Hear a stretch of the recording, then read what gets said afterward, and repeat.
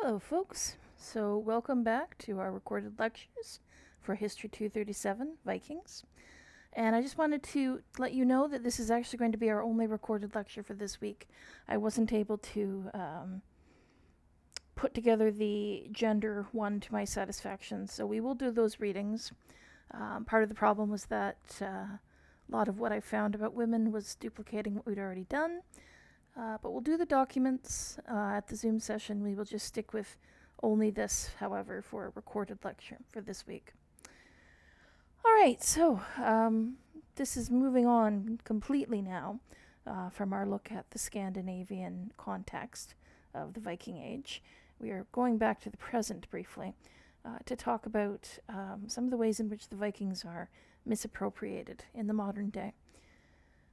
It is a different type of misconception than the ones we were trying to preventatively avoid with all of this talk about who the Scandinavians actually were. But in a way, it is similar, just a lot more destructive in the here and now. All right, so to give you an example, we'll be discussing this further when we look at Viking expansion into the further northwest. There was obviously a Viking presence in North America. This is often associated with Vinland, which is the land supposedly found by Leif Erikson in the 10th century. We can't say a lot about where Vinland actually was because all we actually have is the saga evidence. Later expeditions seem to have failed, and once Greenland itself was no longer a thriving colony, what point is there in going even further west? We know, for instance, that the Vikings were in Newfoundland at Lanso Meadows, but it's unclear whether that was actually the equivalent of the saga's Vinland. But Vinland has taken on a strange sort of life of its own as a political symbol in the modern day.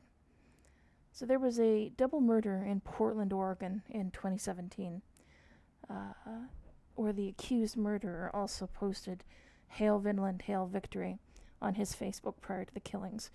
You might remember this. This is the man who killed the two men who tried to intervene while he was screaming abuse at two young Muslim women on a commuter train. I'm not naming him because honestly, why should we? No one really cares who he was apart from an insane racist bigot. But he is an interesting example of where we see a shift in sort of the temporal perspective of racist narratives. Now, according to David Perry, who is a journalist with a history PhD, who's been doing spectacular work on this subject, this temporal shift is bringing racism's sort of historical sources of inspiration further back, away from the American South, further north, further back into the Middle Ages. So the Vinland idea, if you strip it entirely of its original meaning, can be interpreted as providing a historical claim to North America by the Scandinavians, who can also be interpreted, if you also strip them of their real context, as, the white Vikings, right? Now, this ties into an image of the Middle Ages that is entirely too popular in certain quarters. The idea that at some point in Europe's history, it was racially and ethnically pure. And when I do say pure, I mean pure white, obviously. Now, this idea of a white Middle Ages can be used to criticize or to attack diversity, multiculturalism, or anything similar as an imposition on the original values of Western European civilization. If you were hearing me talk about this in person, you'd be seeing the look on my face right now, and I hope you can hear in my voice how much contempt I have for this idea, because it is so profoundly historically illiterate. It is offensive, not just because it's racist, but because the people who talk about it have no idea what they're talking about. I mean, they are so poorly educated, I would argue by choice, that they simply ignore the historical realities of the Europe that we are discussing in this course. Sorry, small rant there. Now I've done that, and I'll continue. Now, this fantasy of a white Middle Ages is connected in a lot of ways to a type of medievalism that Umberto Eco called the Middle Ages of national identities. So this is where the Middle Ages is perceived as the period where modern European national identities were born. But it's this type of medievalism taken way too far. It's connected to a very narrow and toxic sort of ethnic nationalism. Now, this type of connection has, however, been around for a long, long time. So Richard Wagner's Ring cycle of operas based on characters from the Norse sagas and the Nibelungenlied, that's a medieval poem based on Germanic history and legends, came about at precisely the wrong time, and it collided with Nietzsche's idea of the Superman. Now, note, by the way, that Wagner also introduced certain simpler misconceptions like horned or winged helmets for Vikings. There's a sort of philosophy at work here. Vikings came to be seen as the racial forebears of the modern Germans by those Germans who were inclined to such beliefs. Now, unfortunately, that also came along with the belief that they were meant to defeat the, quote, inferior races around them. So this gets baked into Nazi ideology before they're ever elected to power. And when they are, they worked to advance their idea of Aryan culture, which was based on their misconceptions of German peasant culture.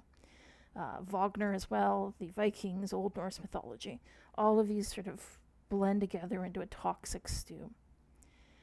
Now, this even extended to politically motivated archaeology.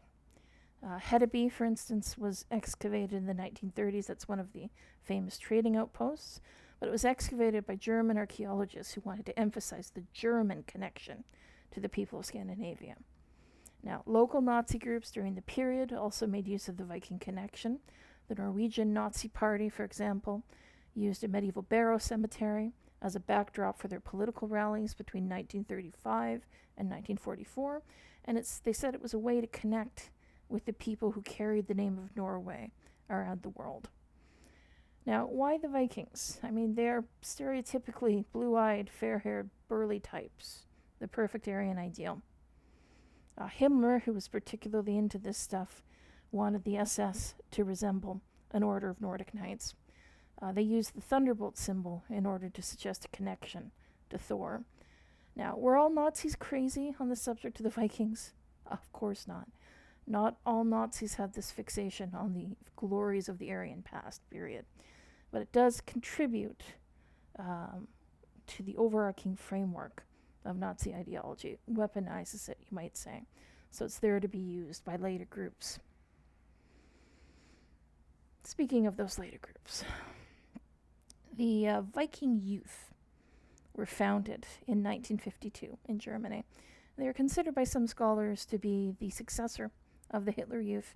Now, they're never linked to any violent acts directly, but the authorities decided that they were in violation of what was called the German Basic Law. It was just the post-war constitution. So they were banned on the grounds that their basic mission was to overthrow the constitution.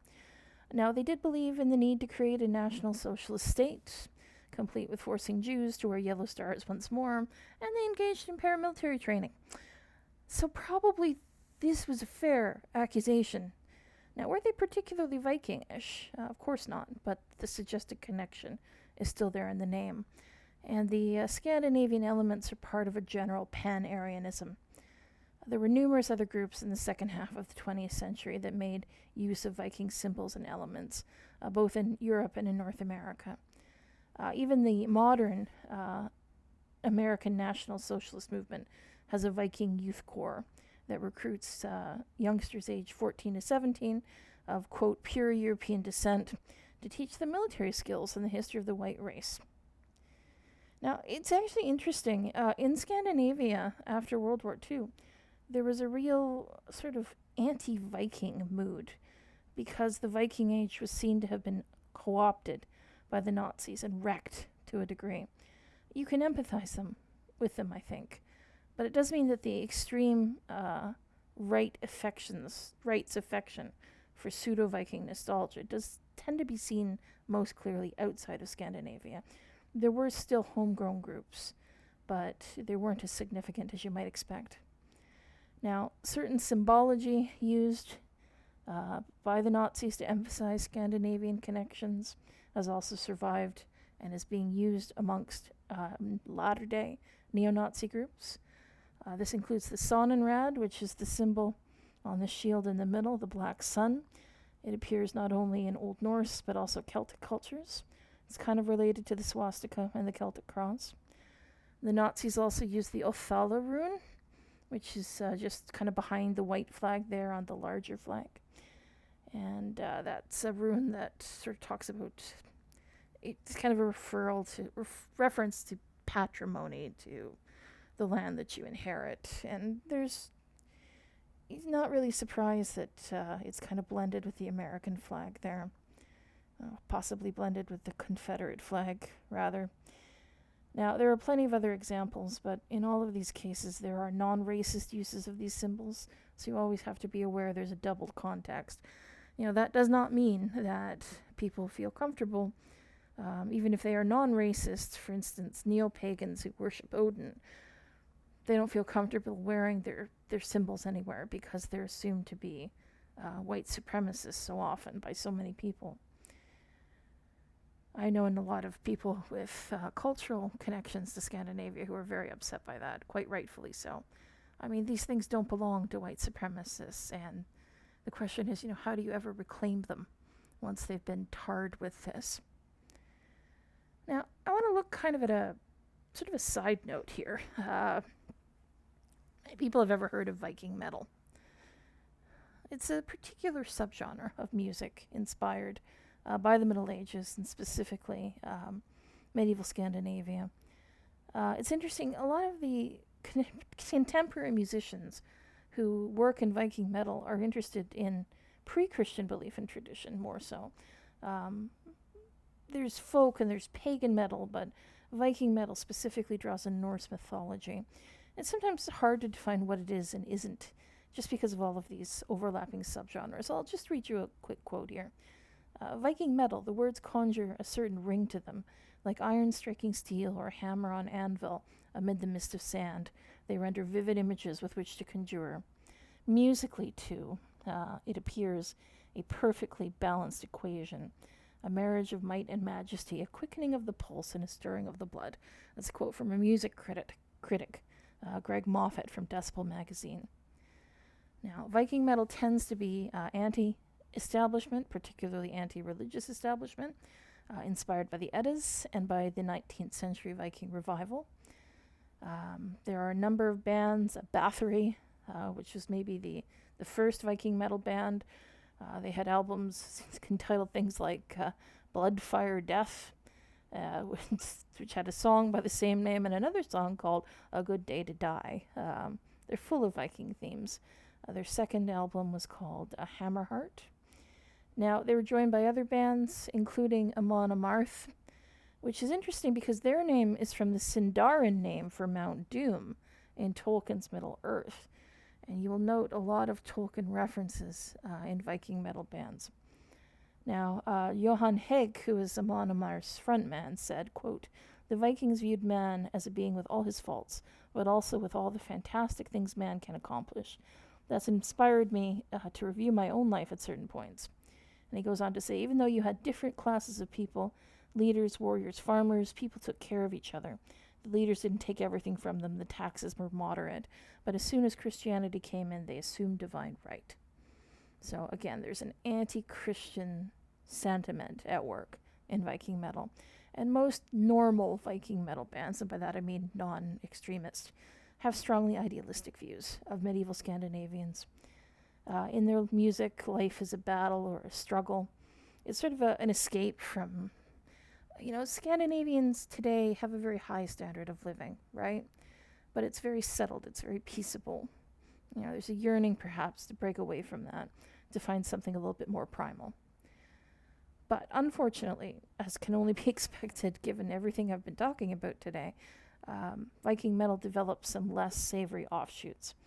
So there's a group of metal bands called the Black Circle that comes together in Oslo in the early 1990s, and their work started to take on distinctly racist overtones.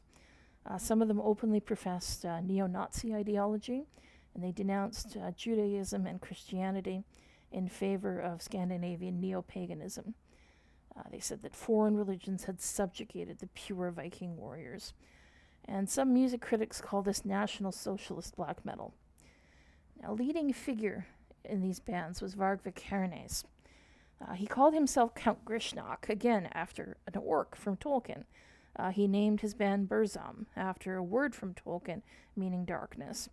And in 1992, he was allegedly involved in burning down 3 churches in Norway, including a stave church from the 12th century.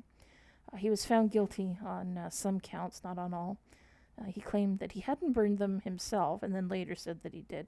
He's a bit crazy. And in 1994, he was sentenced to 20 years in prison for stabbing a guitarist from another band. He claimed it was self-defense and that the dead man was planning to torture him to death. He was released in 2009, and from the last I heard, he was being watched very carefully to make sure he didn't turn into another Anders Behring Breivik. Okay, so the modern context is very much in line with a lot of what we've discussed so far, this connection to racist nationalism, the perception that European civilization is under attack, the anti-Semitism, the anti-Christian thinking. We do not live in a very settled or peaceful world, right? The lure of the utopian fantasy of national and civilizational restoration is pretty compelling for most people. So we see new groups begin to emerge. One I would mention are the Soldiers of Odin. Now, they were originally a Finnish anti-immigrant vigilante group. They claimed to be protecting Finns against assault by immigrants, particularly protecting women. They claimed originally not to be racist, but their social media more or less tells the tale. They've spread into Australia, the US, Canada. We have Soldiers of Odin in Ontario. They claim, again, to be non-racist, but, some of them have fought with police and with anti-racist protesters.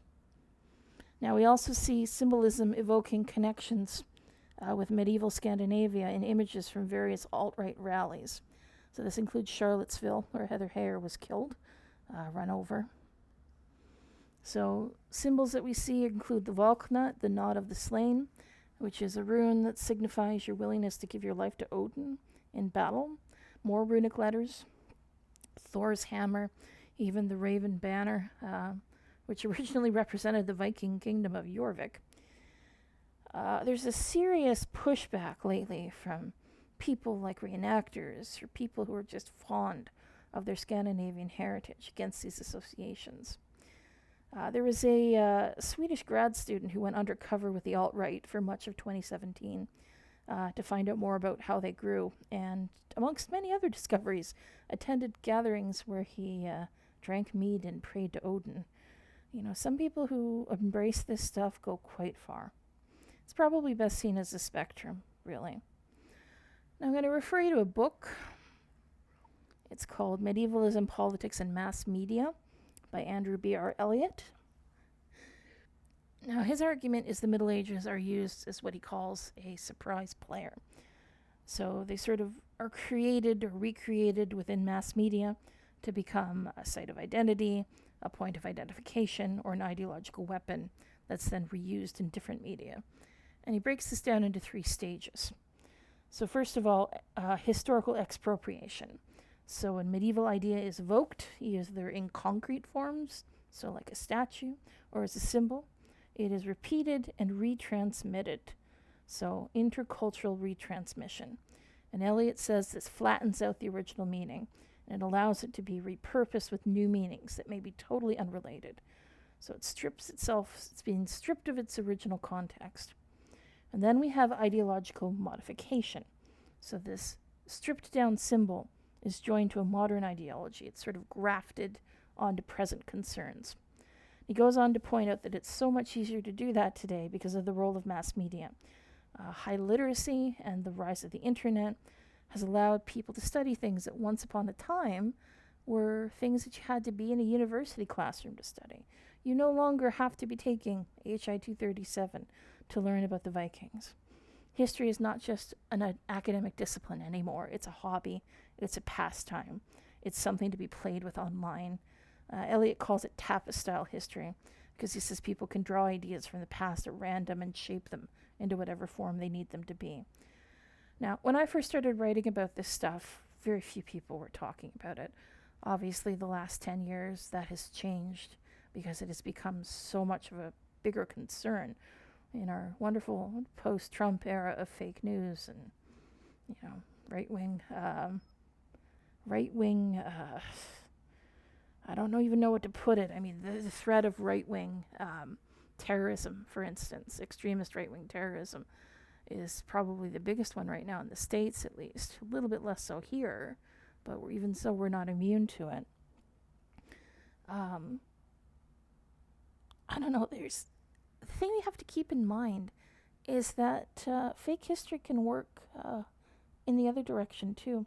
I don't know how many of you read last year, perhaps, a news story about a supposed Viking tunic that was embroidered with the word Allah.